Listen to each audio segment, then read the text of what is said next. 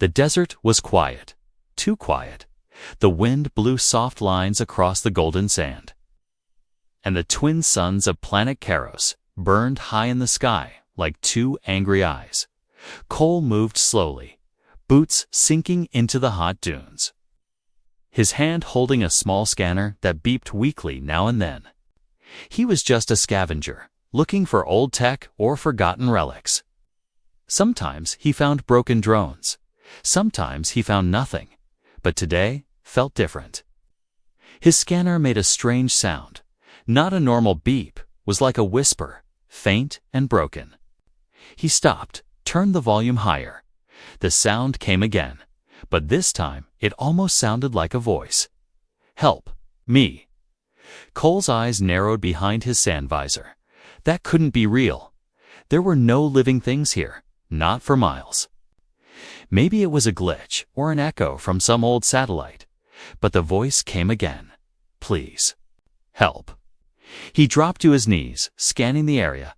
The signal was coming from right beneath him. He brushed away the sand with his gloves. Faster and faster. His fingers hit something hard. A hatch, metal, half buried. He wiped it clean. Strange. Alien markings glowing faintly on its surface. He had never seen symbols like this before. They didn't look like military or trade codes. They looked like something ancient. His heart pounded as he pulled out a tool and opened the hatch. A hiss of cold air escaped, and a dim red light glowed inside. He leaned in and saw something he would never forget. A girl curled up inside, skin pale purple. Her arms tied with glowing red cords. Her eyes were open, barely, and they stared at him with pain and fear. She didn't speak, but her dry lips moved, forming a single silent word: "Please." Cole reached in, his hands shaking. She was so light. Her body weak, like she hadn't eaten in days, maybe weeks. He wrapped her in a thermal blanket and carried her to his crawler parked nearby. He looked around the empty dunes one more time. Something felt wrong. He felt like he was being watched. Inside the crawler, he laid her down gently. He poured water into a small cup and lifted it to her lips. She tried to drink, but her hands were too weak. He helped her, slow and careful, like she was glass. "What happened to you?" he asked softly, but she said nothing. Only her eyes spoke, full of terror and sadness. The red cords on her wrists pulsed with a strange energy. They weren't just ropes, they were some kind of alien tech. Ceremonial maybe, or worse, a death binding. Cole didn't know what to do, but one thing was clear: she had been buried alive. He checked her vitals using an old med scanner. Her heart was weak, but steady. She wasn't poisoned or sick, just starving, dehydrated, and scared. He turned to look through the small window of the crawler, scanning the desert. That's when he saw it, far on a dune. A shadow moved, a tall figure in dark robes, standing still, watching. It disappeared behind the hill before Cole could focus his scope. He quickly sealed the crawler and activated the stealth shield. The girl tried to sit up, pain flashing in her eyes. She grabbed his sleeve weakly and pointed toward the direction of the figure. Her voice finally came, broken and dry. "They buried me alive." Cole sat beside her, his jaw tight. He didn't ask why, not yet. He could see the horror in her eyes, the way her hands trembled. Whoever did this to her might still be close. He had to move fast. "Don't worry," he whispered. "You're safe now," but he wasn't sure that was true. Outside, in the distance, the sand shifted again. Another shadow passed across the horizon, and something large, with multiple legs, crawled just beneath the surface. The desert had heard her whisper, and something had woken up. Cole didn't sleep that night. His crawler hummed quietly as it rolled over the dunes. The stars above, cold and sharp like knives. The girl lay on the narrow bunk behind him, barely moving. Every so often she whispered in her sleep words. In a language he didn't understand, but full of pain, he kept checking the scanner, hoping the strange signal wouldn't return. But deep down, he knew better.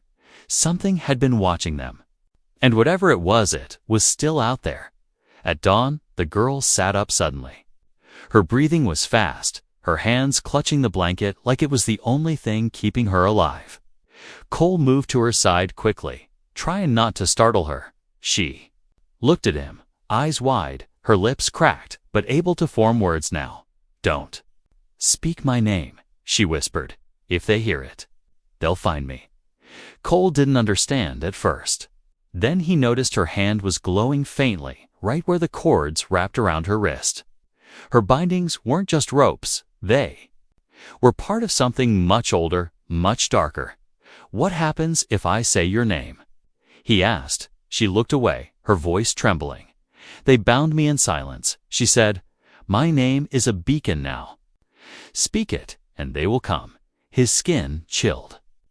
Even though the air was warm, he had rescued many things in the wastelands before broken machines. Lost drones, once even a damaged alien pet, but never something like this. She was a living signal, a sacrifice meant to stay buried, forgotten, erased. Cole sat back, trying to think, why would someone do that to you? He asked, "Who are they?" The girl closed her eyes, as if remembering brought pain. "They call themselves the Keepers," she said. "Guardians of the old beliefs. They think my blood can open the path. So they offered me to the desert gods." Cole clenched his jaw. Quit. He had heard stories, whispers about strange cults that lived beyond the dunes, making deals with the past, trading lives for power. He never believed them until now. The crawler's sensor blinked red. Movement detected. He rushed to the front and looked at the screen for signals, fast closing in from behind. Hoverbikes, maybe armed, maybe worse. He turned to her. "Can you walk?" She nodded weakly, and he helped her up. Her legs shook, but she stood. "We need to leave the crawler," he said. "They'll track its heat trail."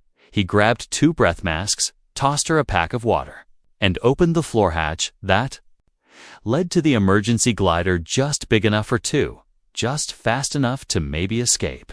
They slid down the dune, dust exploding around them. The hoverbikes appeared on the ridge moments later. Black figures with red eyes glowing under their hoods. They didn't fire, not yet, just watched, hunted. The girl gripped the side of the glider tightly. "They don't want to kill me," she said. "They want to bring me back, finish the ritual." Cole didn't respond. His focus was on the path ahead, a canyon filled with rocks and shadows. If they could reach it, they might lose the bikes in the tight turns, but they'd have to make it there first. A beam of light shot past them, burning the sand near their trail. Cole steered sharply, dust flying behind them like a storm. The girl turned, her hand glowing again. She whispered something, and one of the bikes exploded in midair. He looked at her in shock. "What did you do?" "I called the sand," she said, "just once. I won't do it again." Her voice shook, as if using that power hurt her, or worse, gave away their location even more. Another blast came, and the glider was hit. Not enough to destroy it, but it rattled hard. They spun toward the canyon, the glider sliding into the narrow opening, just as the next shot missed them by inches. Inside the canyon, shadows danced around them. The air turned cooler, tighter, safer for now. Cole slowed the glider and helped her down. Her legs gave out, but he caught her before she hit the rocks. She looked up at him, tears in her glowing eyes. "I don't want to die," she whispered. "Not buried." "Not again." He brushed the sand from her face and whispered back, "Then I won't let them take you." But as he said it, the shadows above moved, and someone, or something, was already waiting inside the canyon. The canyon felt like a mouth, and Cole had just driven them straight into its throat.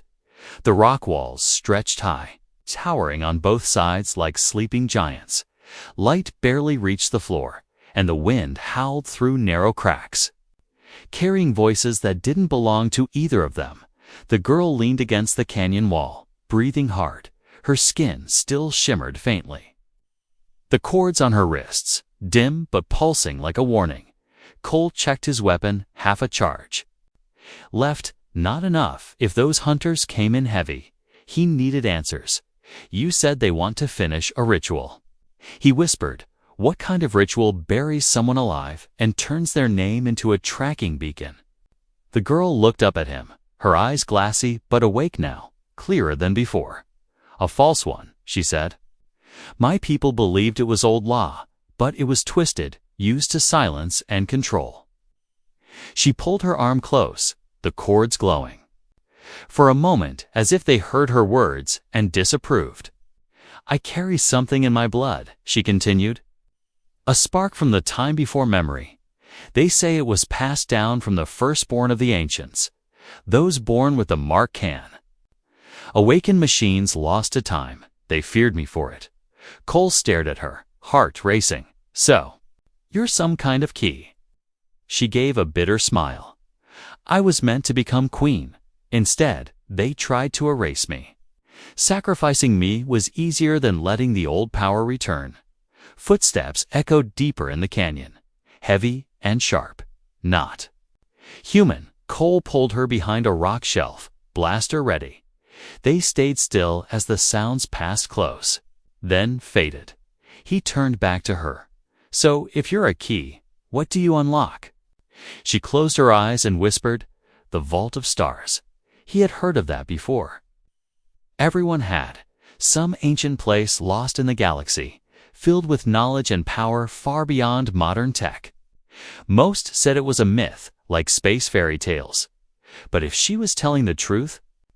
She shivered suddenly, not from cold, but from something else. They're not just hunters, she said.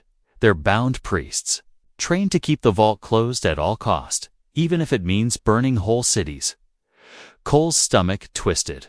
And they'll kill anyone helping you. She nodded. They already have. He didn't ask who she lost. Her face said enough. There was a pain there that no desert wind could ever erase. Suddenly, a loud crack echoed through the canyon, and a drone flew overhead, sleek, black, scanning the walls. Cole ducked. Pulling her close under the overhang, the drone paused above them for a second too long, then zipped away. They'll know we were here. He said, we need to move now. But as they started walking, something strange happened.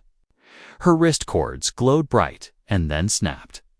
The energy holding them together flickered and vanished. The bands fell to the rocky ground like lifeless vines. She gasped and nearly fell, gripping her chest. Her skin glowing more now, a gentle pulse spreading from her collar to her hands. What's happening? Cole asked, stepping back slightly. I think, she whispered, the canyon knows me. The rock under her feet shifted, revealing a circular pattern glowing faintly. Ancient carvings began to appear on the walls. Like veins of light waking from sleep, Cole watched in awe as the ground split. Opened slowly ahead of them, revealing a stairway descending into blue light. She turned to him, her face calm but full of weight. This is one of the hidden doors to the vault. They tried to keep me from reaching it, but the desert remembered. But now they know exactly where we are, Cole said. This is a signal flare to anyone watching. She nodded. Then we go down fast, or die up here slow. They entered the glowing passage, the stone closing behind them as if the canyon itself took a breath and sealed them in as the last crack of daylight vanished. Cole knew one thing for sure. He hadn't just rescued a girl. He had stepped into something far bigger than himself, and now there was no turning back. The tunnel walls pulsed with soft blue light as Cole led the way. Blaster in hand, each step echoed like thunder beneath their feet.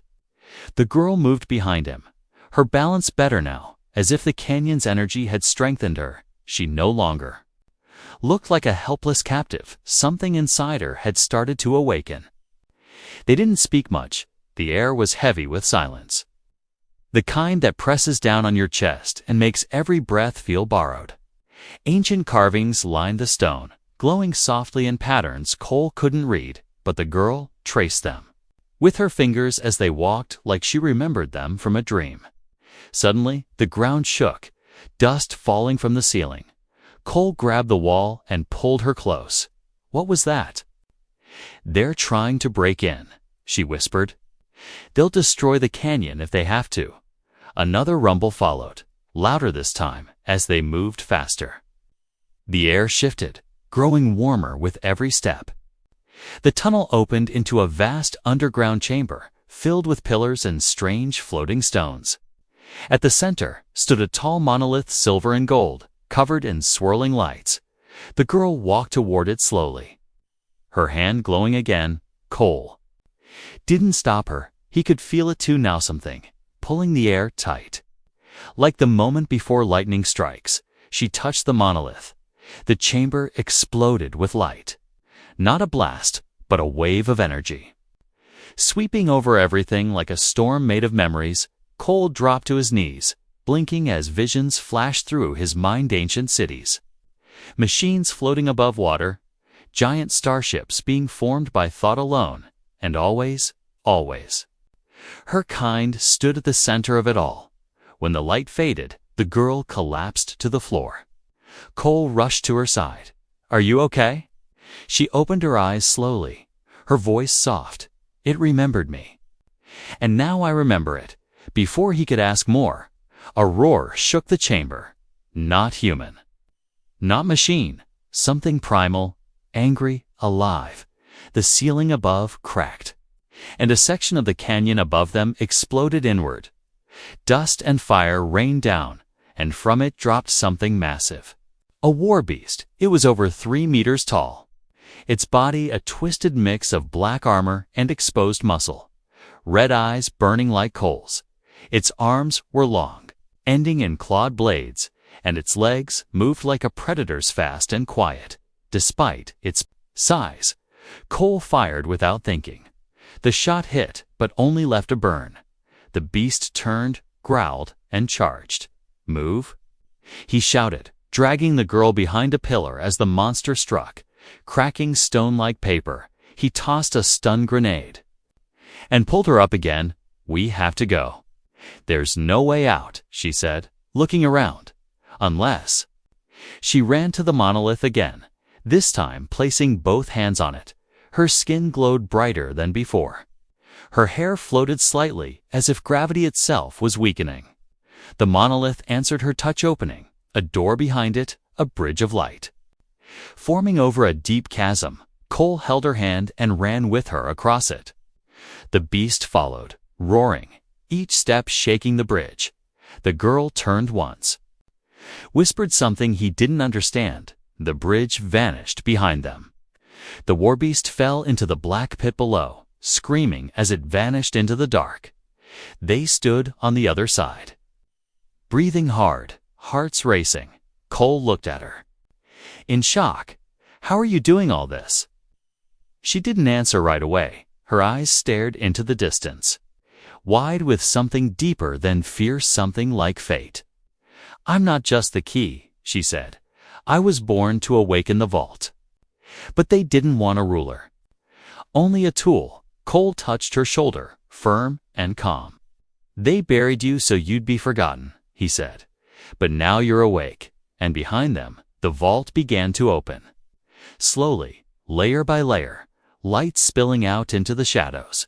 But they weren't safe yet, because, above the canyon, more warbeasts were being released, and one of the keepers had just spoken her name aloud, and the storm that followed would shake more than the desert.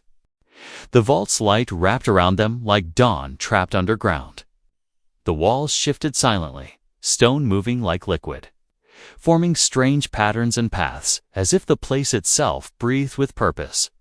Cole stood ready, weapon drawn, but no threat came from within the vault. Not yet. The girl stepped forward, calm and sure. Her skin shimmered brighter now. No longer the dull purple of a prisoner, her aura was alive. Reacting to the vault's presence, it recognized her, but Cole noticed something else. She wasn't surprised. "You've been here before," he said quietly. She nodded. "When I was a child, before the betrayal. My mother brought me to the edge of the vault. She told me I was born with the spark. She warned me never to let them find out. But they did. Your own people, buried. You alive," he said, disbelief in his voice. "Not my people," she answered. "The priests, the false ones, they were scared of change. Scared of the old blood rising again, they walked deeper into the vault. Glowing pathways lighting under their feet as they passed through chambers. Cole saw things he couldn't explain, floating memory stones, glowing vines that whispered ancient songs, and machines so advanced they felt like gods sleeping behind glass. But the silence broke when a sudden voice echoed through the vault. "You should never have woken her."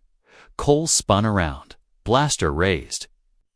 A tall figure stepped out from the shadows, a keeper, robed in black, his face hidden behind a silver mask carved with cruel symbols. Behind him were two more, weapons glowing red. "She was meant to be forgotten," the masked keeper said. "You, human, have broken the sacred balance." The girl stepped in front of Cole, eyes burning. "You lied to them," she shouted. "You twisted the truth. You feared me because you knew I could free us from your chains." The keeper raised a hand, and the energy pulsed through the air like a crack of lightning. It hit the ground between them and exploded into dust. "You are a mistake," he said. "And now we erase you again." The war beasts entered from the side tunnels, two of them this time. Larger than the first, Cole fired, but the shots only slowed them, not stopped them. The vault trembled under their steps, but the girl didn't move. Instead, she raised her hands and closed her eyes. The lights around the vault brightened, then shifted colors, pulsing with her heartbeat. The ground below the war beasts split open. Vines made of pure light burst out, wrapping around their limbs, dragging them screaming into the floor. The keepers backed away, confused, afraid. "You don't control this place," she said, voice louder, echoing. "I do." The vault responded to her voice, sealing the walls behind them and trapping the keepers on the far side. Cole ran to her, placing a steady hand on her shoulder. "You're burning up," he said. "Worried? What's happening?" "I spoke my name aloud," she said through trembling lips. It unlocked the vault, but it also called everything to me, the good and the terrible above them. The canyon was shaking again. Cole saw dust falling from the ceiling, and then a loud, distant rumble. The priests were calling something else. "They've summoned the Reaper," she whispered, "the oldest of the war beasts. It sleeps only when the bloodline is broken. Now that I'm alive again, it's awake." Cole looked toward the sealed path ahead. "Then we don't stop here. We find what the vault is hiding and use it." The girl nodded, even though her legs looked weak. "If we reach the heart of the vault," she said, "it will give us the choice to reshape everything, but they'll try to stop us before we get there." Cole said, "They can try," she replied softly, her eyes glowing with the light of 10,000 stars. And behind them, far in the canyon, a low, ancient roar answered her challenge. Not like a machine, not like a creature. Something older was coming, and this time it would not leave without blood. The air inside the vault grew heavier, like it was holding its breath. Cole moved with the girl through spiraling corridors of light and stone. Every surface pulsed faintly with ancient energy. Reacting to her presence, the deeper they went, the more the vault came alive, like it had waited lifetimes just for her return. She walked slower now, her steps unsure. The glow on her skin flickered, her strength draining. Cole kept one hand near his weapon, the other ready to catch her if she fell. They passed through a chamber filled with glass columns inside. Each was a vision, not a person, but a moment. In time, Cole saw entire cities floating above alien oceans. Starships blooming like flowers in space, and strange beings that looked like her. But older, regal, powerful, she stopped before one column and placed her palm on the glass. The vision inside changed, showing her as a baby being held by a tall woman with gold-lined robes and glowing eyes. "My mother," she whispered. "She brought me here once to show me who I was meant to be. She knew they'd come for you." Cole asked. "She tried to protect me, but the priests turned the others against her. They called her mad, accused her of trying to bring back forbidden ways." The chamber suddenly shivered, a low rumble echoing through the walls, far behind them. Something roared. Not close, but not far enough either. "The Reaper," she said, her voice tight. "It's entered the vault," Cole cursed under his breath. "If it catches us down here, we're done." "No," she said, "we're almost there. The heart of the vault is close. I can feel it calling me." They ran now deeper through the glowing tunnels, till they reached a door, unlike the others, massive, silver-black, covered in markings that shimmered like stars. The girl stepped forward and pressed both hands to the surface. The vault responded, the door sliding open with a sound like thunder and wind woven together. Inside was a wide circular chamber, and in its center stood a floating platform bathed in light. It wasn't a weapon. It wasn't a throne. It was a choice. "The core," she whispered, stepping forward. "If I enter it, the vault will bind to me. I'll become its voice, its will. But it will take everything I am. There's no going back." Cole stepped beside her. "Will it stop them?" "It will rewrite everything," she said. "Every keeper's authority, every false law, every beast made to guard the lie. All of it will break." The roar came again, closer now, and this time they felt the walls shake with its fury. They turned and saw it. The Reaper entered through a cracked wall, massive and monstrous, its body a mix of ancient armor and bone, its mouth lined with glowing teeth, its eyes burning with hate older than memory. It didn't hesitate, charged. "Go!" Cole shouted. "Do it now." She looked at him one last time, her eyes full of fire and sadness. "Thank you for digging me out." And then she stepped onto the platform. The vault exploded with light, blinding, searing, holy. The Reaper screamed, clawing forward, but the light struck it mid-step, stopping it like time had frozen. The vault pulsed, and the beast's armor cracked, its roar silenced in a beam of pure white. Cole shielded his eyes, feeling the floor rise and fall like waves beneath him. The vault was rewriting itself, cleansing the lies, resetting the laws that had buried her and so many others. When the light faded, Cole opened his eyes. The girl stood at the center of the platform, changed. Her body shimmered with armor made of light, her hair flowing like fire, her eyes brighter than the stars. She wasn't just alive, she was reborn.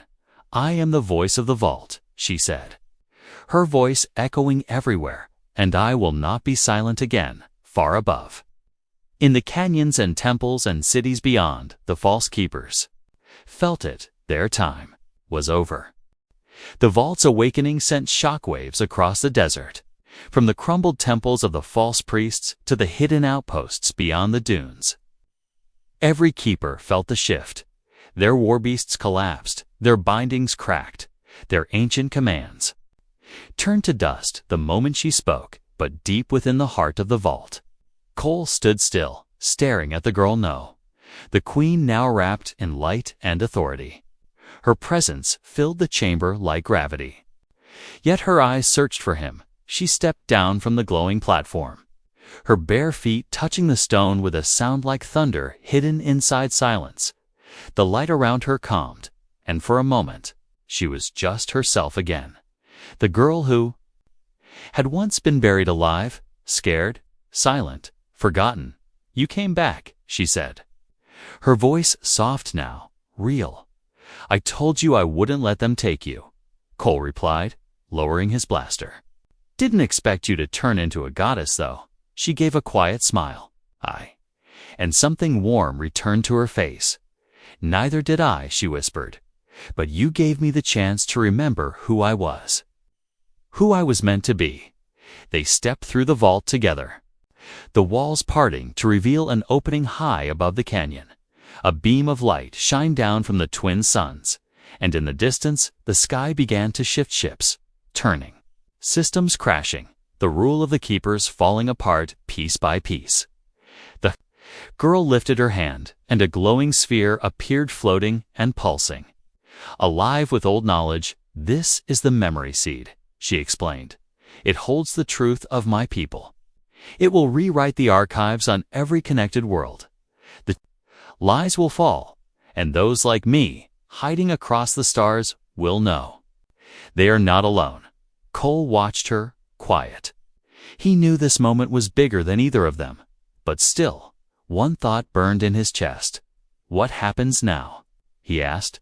What do you do with all this? She looked out toward the desert. And the broken world beyond. I rebuild, she said, but not alone, this time. We rise with voices heard, with truths uncovered, and those who buried us will watch us bloom from the soil they tried to drown us in. Suddenly, a low hum sounded in the distance. A small shuttle, sleek and clean, rising from a hidden platform below the canyon.